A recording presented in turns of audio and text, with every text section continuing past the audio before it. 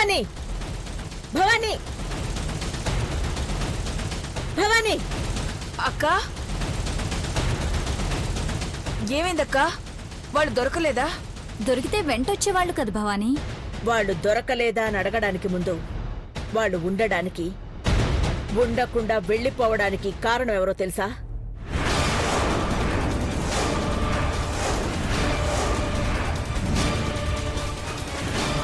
ఎవరక్కా? తెలీదా? ఎవరో ఏంటో నన్ను. భవానీ,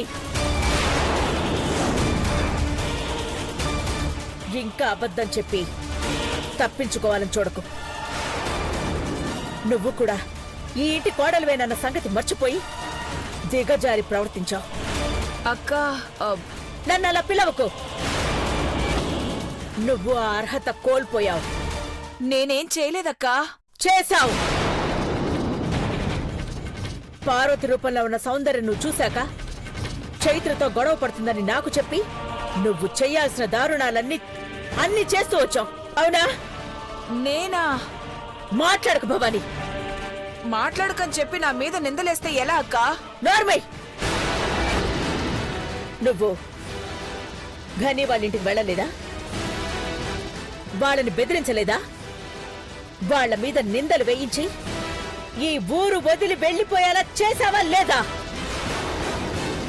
చెప్పు. అక్క చైత్రతో గొడవ పడిందని నేను అలా బెదిరించానంతే. బుద్ధుందా నీకు? వయసు పెరుగుతున్నా ఇంగిత జ్ఞానం లేకుండా పోయింది నీకు. సౌందర్యని ఇంటికి తీసుకురాకుండా ఈ ఊరే వదిలి వెళ్లిపోవాలని ప్రయత్నించావు. దాని వెనకున్న నీ దురుద్దేశమేంటో చెప్పు. అయ్యో దేవుడి మీద ఒట్టక్క, నాకే ఉద్దేశం లేదు. వాళ్ళని ఇంటికి రాకుండా చేయాలని చూశావు. ఇంటికొచ్చిన సౌందర్యని గ్రానికి కనబడకుండా మేనేజ్ చేశారు. అదేంటి బావా, అలా ఎందుకు చేస్తాం? అచ్చం అలాగే ఉన్నా మనవాళ్ళేమో అని చెప్పి నువ్వు గాని నేను గాని ఏ రోజు డౌట్ పడలేదు. అనుమానపడింది భవానీ. సంతోషపడాల్సింది పోయి సమస్యలు తెచ్చిపెట్టింది. మేడం, ఆ రోజు మనం గని ఇంటికి వెళ్ళినప్పుడు కూడా పార్వతి ఫోటో కనపడకుండా అతను మేనేజ్ చేశాడనుకుంటా. నువ్వు ఉండవయ్యా, మధ్యలో మాట్లాడితే అక్క కోపం పెరిగిపోతుంది. మీకు నిజం ముందే తెలిసినా దాచిపెట్టి తప్పు చేశారు మేడం. నేనేమంత లోతుగా ఆలోచించలేదు. Shut up. నీ మొబైల్లో సౌందర్య ఫోటో కనబడితే అది పార్వతి ఫోటో అని అబద్ధం చెప్పావు. అవునా? అక్క అది నువ్వింకా చీపురు గంగా భవానీలాగే ఉన్నావు తప్ప ఘట్టమనేని గంగా భవానీలాగా ఈ కుటుంబం కోసం తాపత్రయం, ఆరాటం, పోరాటం ఏమి చేయకుండా కేవలం నన్ను మోసం చేయడమే లక్ష్యంగా పెట్టుకున్నావు. ఎందుకు ఎందుకు భవానీ ఇది? సౌందర్య గొడవ పడిందనే భవానీ అలా చేసింది. అవునక్క. మభ్య పెడితే మర్చిపోయే విషయం కాదిది. ఎందుకు ఇలా చేసావో చెప్పు. పని మనిషి పార్వతి ఇంటికి పెద్ద కోడలైందని సౌందర్య నా కంటపడితే ఈ ఇంటికి కోడలవుతుందేమోనని ఆలోచించావు కదూ? నువ్విలా చేసినందుకు శిక్షగా నా పార్వతి రూపంలో ఉన్న సౌందర్యని నువ్వే వెతికి ఇంటికి తీసుకురావాలి. అలా చెయ్యకపోయావో నువ్వు ఈ ఇంట్లోనే ఉండవు. నీకెక్కువ సమయం లేదు. వాళ్లతో కలిసి వస్తావో కూడా ఎవరినైనా తీసుకుని వెళ్ళిపోతావో నీ ఇష్టం. 48 గంటల్లో సౌందర్య నా కళ్ళ ముందుండాలి. వెళ్ళు వెళ్ళు.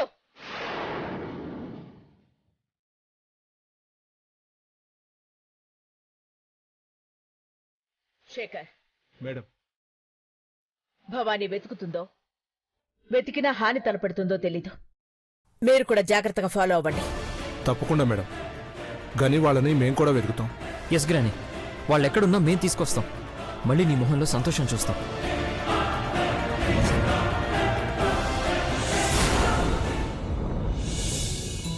అంకుల్, ఇది అనాథాశ్రమం అనుకోకండి.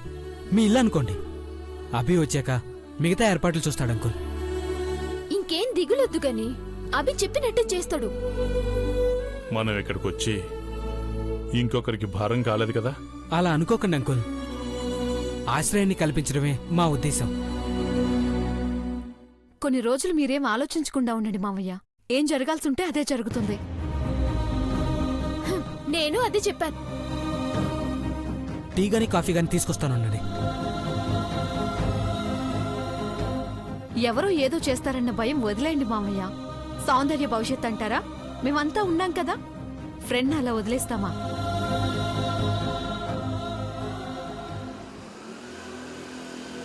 రే సూర్య, ఎక్కడున్నారా? లోపల ఉన్నారు. సౌందర్య వాళ్ళ నాన్నకు ఇక్కడ ఉండడం ఇష్టం లేదనుకుంటా. ఏం మాట్లాడడం లేదు. ఊరు వదిలి వెళ్ళిపోవడమే మంచిదనుకుంటున్నాడేమో. సరే, నేను మాట్లాడతాను. పద.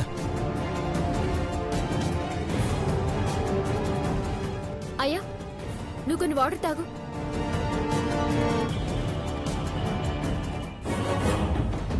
ఆ, సూర్య,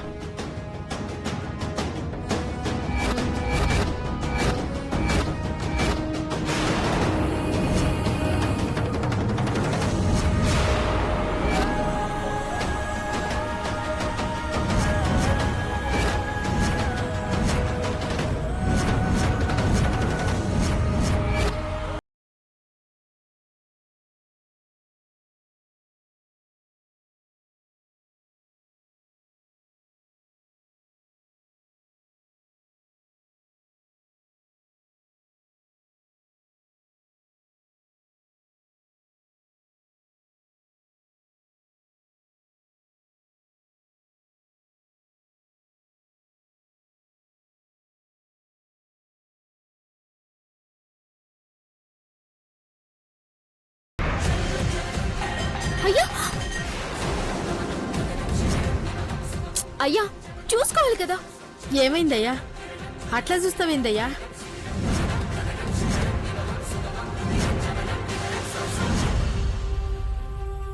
పెద్ద బాబు గారు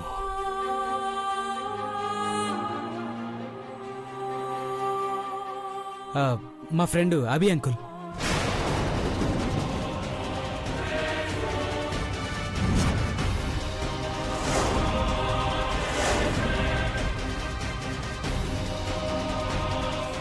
నేను చెప్పిన కదయ్యా, తన వల్లే నేను పాస్ అయినని. ఈ బాబు ఆ రోజు పనిందని వెళ్ళిపోయినాడే. నువ్వు చొక్కా మీద టీ పడిందని కడుక్కోనికి పోయినావే, అప్పుడు చూడలేదయ్యా. ఆ యాలి ఈ బాబు కూడా మన ఇంటికి వచ్చిండు. అభినా? అవును అంకుల్. ఎందుకలా అడుగుతున్నారు? కంగారు పడుతున్నారేంటి అంకుల్? ఏం లేదు బాబు, ఏం లేదు. నేను నా కుటుంబం ఇక్కడ ఉండకూడదు. ఈ పట్టణం వదిలి వెళ్ళిపోవాలి.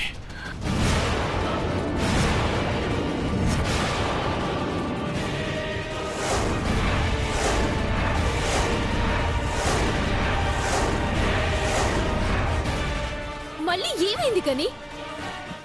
వద్దమ్మా, నన్ను ఒప్పించాలని ప్రయత్నించొద్దు. దయచేసి నా మాట ఇన్ని తల్లి. మనం ఇక్కడ ఉండొద్దు. సాయం చేసేవాళ్ళు ఉన్నారు, కానీ ఇక్కడుంటేనే ప్రమాదం ఎక్కువని అర్థమైంది. అంకుల్, భయపడకండి. ముందు మీరు రిలాక్స్ అవ్వండి. అట్లా బెదిరిపోతున్నావేందయ్యా? ఆంటీ, మీరు ఇక్కడ క్షేమంగా ఉండేలా నేను చూసుకుంటాను. దేనికి ఏ లోటు రాకుండా నేను చూస్తాను. ఈయన ఇనాల కదా బాబు. అంకుల్, వినండి అంకుల్, నమ్మండి. సౌందర్య మీద ఈగ కూడా వాలనివ్వను. ఆ దేవుడు రాసిన విధిరాతను ఎదిరించలేను. పారిపోవడమే మంచిది. ఎందుకలా మాట్లాడుతున్నారు అంకుల్? మీకు మొక్కుతున్నాను బాబు.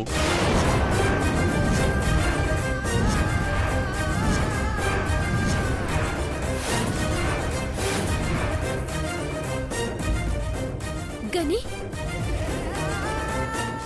సరే అంకుల్, వైజాగ్లో మాకు తెలిసిన అనాథాశ్రమానికి పంపిస్తాను.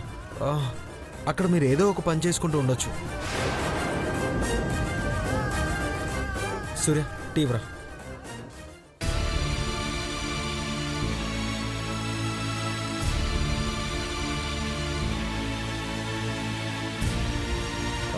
సూర్య, బయట చిన్న పనుంది, వెళ్దాం రా. అయ్యా అభి అమ్మా ఇప్పుడే వస్తా.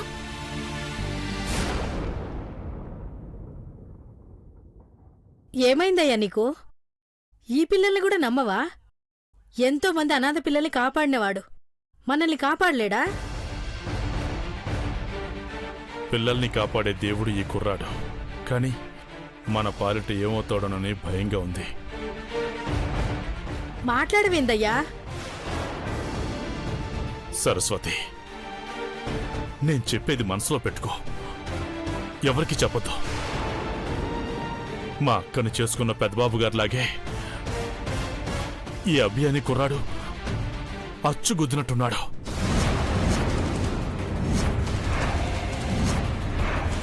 మన కూతురు గాని ఈ కుర్రాడు గాని అఖిలాండేశ్వర అమ్మగారికి కనపడితే వదలరు. ఆ ఇద్దరే మళ్ళీ ఈ జన్మలో పుట్టారని సిద్ధాంత్ గారు చెప్పిందే నిజం అవుతుంది. ప్రేమ కోసం మళ్ళీ పుట్టింది, మళ్ళీ అదే ఘట్టమనేని వారసుడితో ప్రేమలో పడుతుంది. మరణం మరణం మరణం వెంటాడుతుంది. భయం వేస్తుంది నాకు. భవాన్ అమ్మగారి కంటే వీళ్ళిద్దరి మధ్య ప్రేమ ఏం చేస్తుందోనని. ఇద్దరు స్నేహితులు కదయ్యా. ఆ స్నేహం ఎక్కడికి దారి తీస్తుందోనని.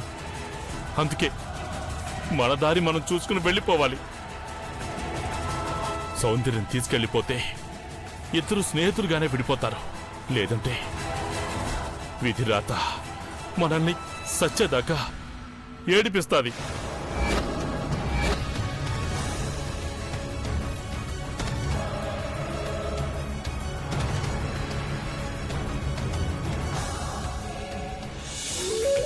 అంకుల్ భయంతో వణికిపోతున్నారు. ఇక్కడ ఉంటారా? తన కుటుంబాన్ని రక్షించుకోవాలని ప్రతి ఒక్కరికి ఉంటుందిరా. ఆ భవానీ వాళ్ళు పెట్టిన భయానికి వణికిపోతున్నారు. మా గని నిర్ణయం తీసుకున్నాడంటే అస్సలు వినడు. మొండోడబే. మనం మాట్లాడుకుంటూ ఉన్నాం గాని పాపం వాళ్ళ ఆకలి గురించి పట్టించుకోలేదు. అవును చంద్రిక, ఈ టెన్షన్లో ఆ సంగతే మర్చిపోయాం. రండి వెళ్ళి తీసుకొద్దాం. ఆ,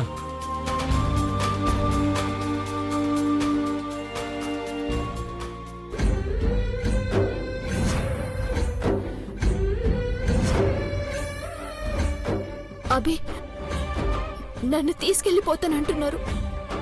నువ్వు లేకపోతే నేనేమైపోతానో తెలియదు. నిన్ను నా నుండి దూరంగా వెళ్ళనివ్వనని చెప్పాను కదా. నువ్వు కన్నీళ్లు తెచ్చుకోకు. ఏడుపు మొహంతో ఏం బాగుండవు. అర్థమైందా? నవ్వమంటవా? పాగలుదాన్ని అనుకుంటారు. హలో, సౌందర్య అంటే అల్లరి, ఉత్సాహం, పెంకితనం.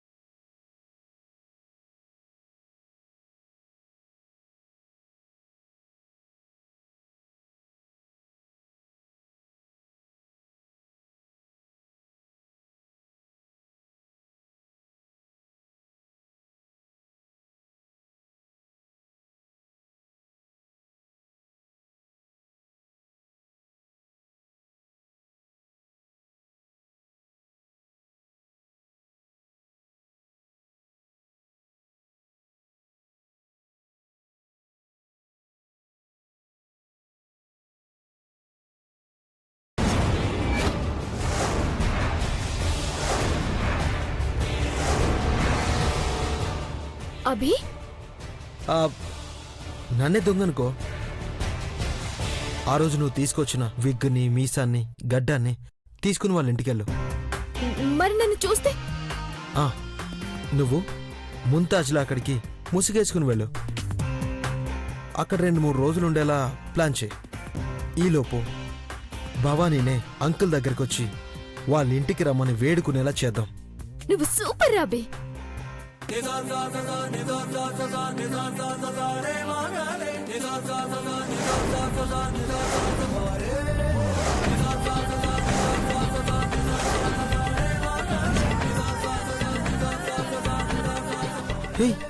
ఏంటి ఇది?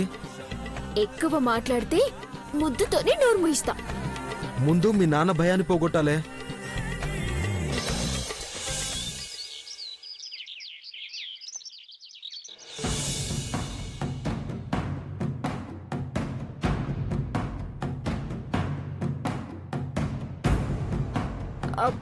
Akhilandeshwari madam, Akhilandeshwari madam, Akhilandeshwari madam. ఎవరండి మీరు? ఎవరు కావాలి? మేడం కావాలి మాకు, మాట్లాడాలి కొంచెం. అపాయింట్మెంట్ ఉందండి. లేదు. అయితే బయటికి వెళ్ళి నువ్వు. సెక్యూరిటీ, అయ్యో, ఓయ్ సెక్యూరిటీ. అది ఏంటి విజయ్, ఏమైంది? చూడండి సార్, ఈవిడ అపాయింట్మెంట్ లేకుండా ఇంట్లోకి వచ్చింది సార్. సర్లే, నేను మాట్లాడతాను, నువ్వు పని చూసుకో. ఎవరమ్మా నువ్వు? ఎవరు పడితే వాళ్ళ ఇంట్లోకి వచ్చేయడమేనా? శేఖర్, పంపించేసాయి. ప్లీజ్ మేడం, అఖిలాండేశ్వరి మేడంని కలవనివ్వండి. చూస్తావేంటి శేఖర్, మెడపెట్టి గంటేక.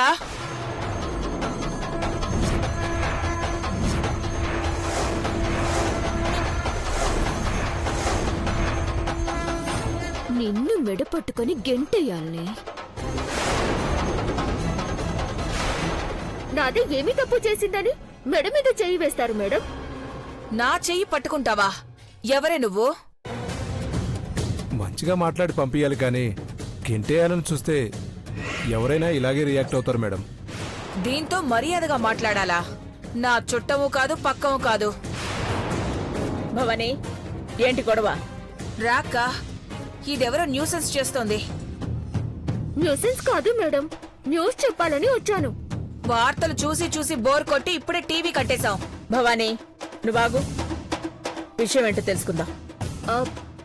మేడం జీ, మీది కంపెనీలో దొంగతనం జరిగింది కదా? అవును.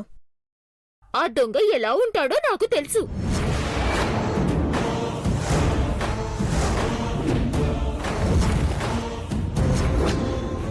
టీవీలో చూసావా?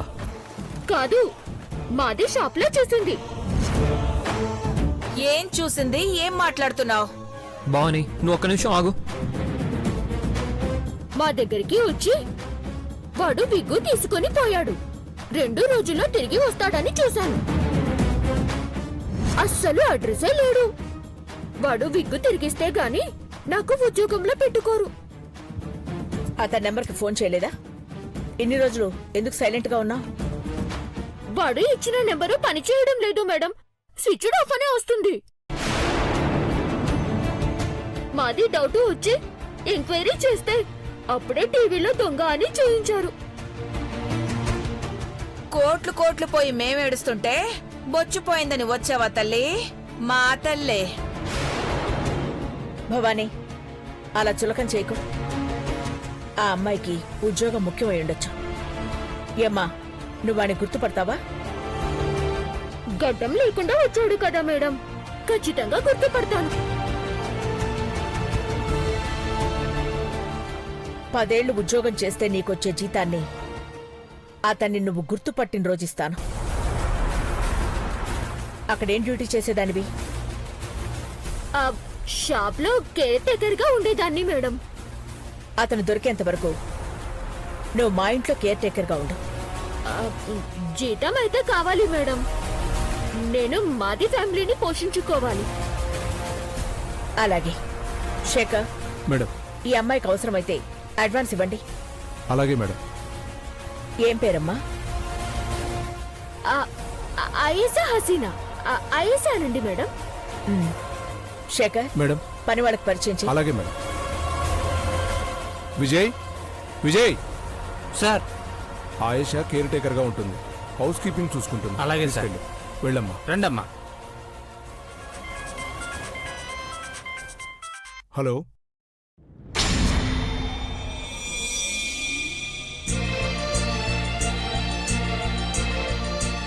భాయ్ సాబ్, మాది వంటగదిలో పని చేస్తుంది.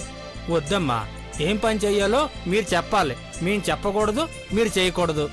అరే భాయ్ సాబ్, మా అత్త వంటగదిలోనే పనిచేసింది. మాకు వంట చేయడం వచ్చు, అన్నీ చేస్తాం. నిదానంగా చేద్దుగానిలే అమ్మా, అలవాటు పడతారు కదా. ఆయేషా, సార్ చెప్పండి. ఏం ప్రాబ్లం ఉన్నా నువ్వే చెప్పాలి. ఈ ఇంటి పనులకు సంబంధించి ఏమైనా డౌట్స్ ఉంటే విజయ్ని అడుగు. అన్ని వివరాలు అడుగుతాను సార్. బీరువా ఎక్కడుంది, తాళాలు ఎక్కడున్నాయని కూడా అడుగుతావా ఏంటి? నీలా మాది దొంగ బుద్ధి కాదు మేడం. ఏయ్, ఏంటా వాగుతున్నావు?